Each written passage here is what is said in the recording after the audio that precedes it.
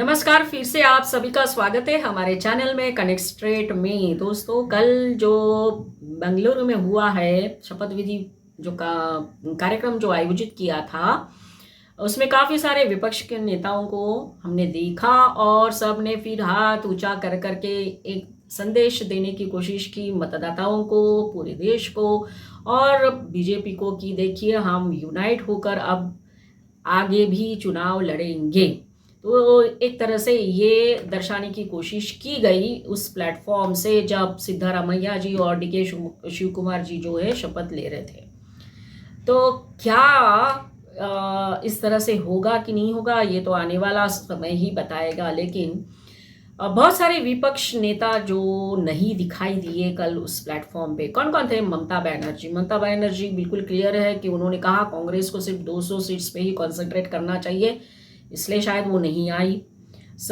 फिर अखिलेश कुमार यादव भी नहीं दिखे क्योंकि वो भी नहीं चाहते कि फिर से वो कांग्रेस के साथ लड़े, क्योंकि उनका तो बहुत बुरा एक्सपीरियंस रहा जब उत्तर प्रदेश के चुनाव लड़े थे। उन्होंने कांग्रेस के साथ या राहुल गांधी के साथ मिलकर साइकिल और हाथ साथ में मिलकर चली थी और साइकिल पंक्चर हो गई थी। फिर मायावती, वो तो बहुत अच्छे से राजनीति करती है, उनको राजनीति की समझ बहुत अच्छे से है और इसीलिए वो भी नहीं दिखी। शायद उनको बुलाया गया है, नहीं गया, मुझे नहीं पता, याद नहीं आ रहा है।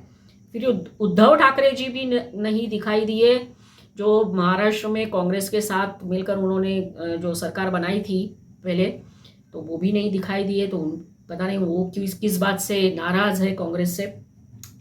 केसीआर नहीं दिखे। फिर नवीन पटनायक, वो तो नहीं आएंगे क्योंकि उन्होंने पहले से दूरी रखी है कांग्रेस और बीजेपी के साथ, वो इस यूनाइटेड में नहीं दिखते।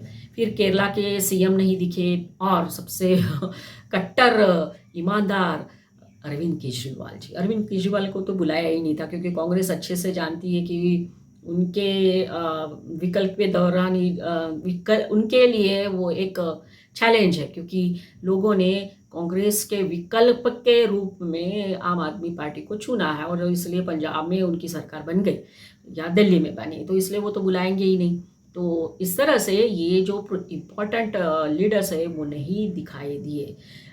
दूसरी बात ये है कि कांग्रेस ने ये जताने की कोशिश की उस प्लेटफॉर्म से कि देखिए, कांग्रेस ही लीड कर सकती है अब, क्योंकि हमने देखो अभी चुनाव जीता है, अच्छे से जीता है और कांग्रेस ये चाहती है, रीलॉन्च करना चाहती है फिर से राहुल गांधी जी को एज अ पीएम कैंडिडेट। तो ये भी है।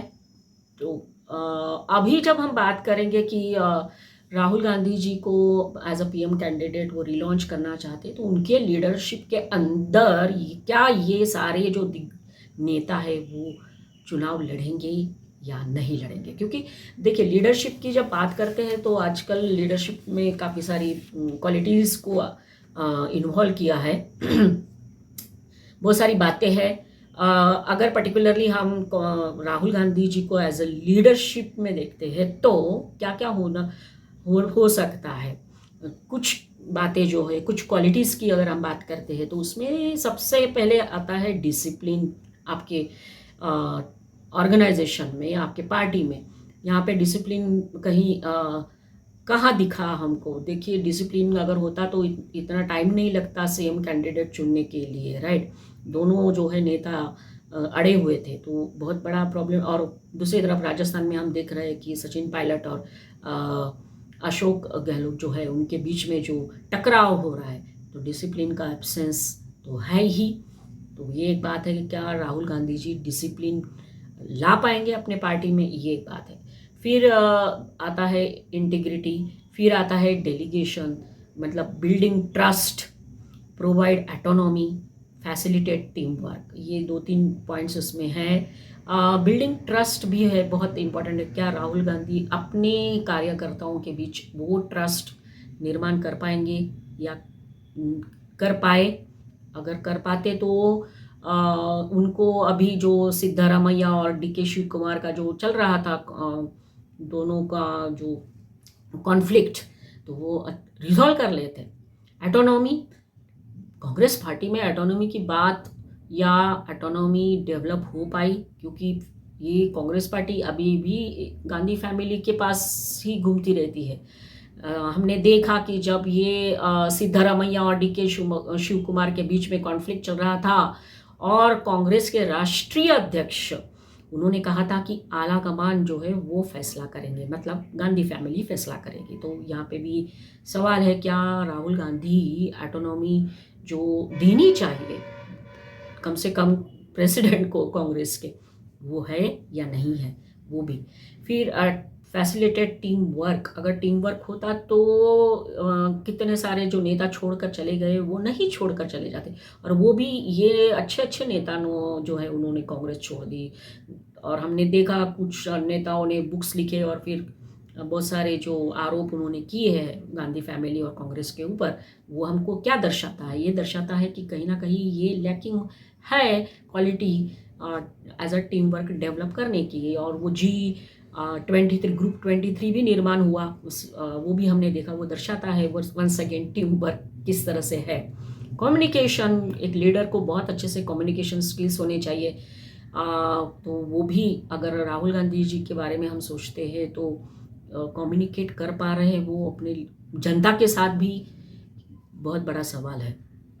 क्योंकि बहुत सारी बार वो गलतियां करते हैं जब भाषण देते हैं तब, और वो जो बताया जाता है वही बोलते हैं। कितनी बार तो वो मिस्टेक्स हमने देखी है उनकी, और जो आरोप वो करते हैं कि वो आरोप भी कभी कभी झूठे साबित हो जाते हैं। 3-4 एग्जाम्पल्स हम सबको पता है क्या क्या है। और रिसेंटली हमने देखा अडानी मामले में सुप्रीम कोर्ट कमेटी ने जो रिपोर्ट दिया, तो वो भी एक है। फिर सेल्फ अवेयरनेस, क्या that is important for leader. तो उसमें वो लीडर को पता होना चाहिए कि मेरे क्या वीक पॉइंट्स है, क्या स्ट्रेंथ है। तो राहुल गांधी जी क्या इसके ऊपर काम करते हैं? उनके जो वीकनेसेस है उसके ऊपर अगर ऐसा होता तो जो गलतियां वो बार बार करते हैं वो नहीं दोहराते।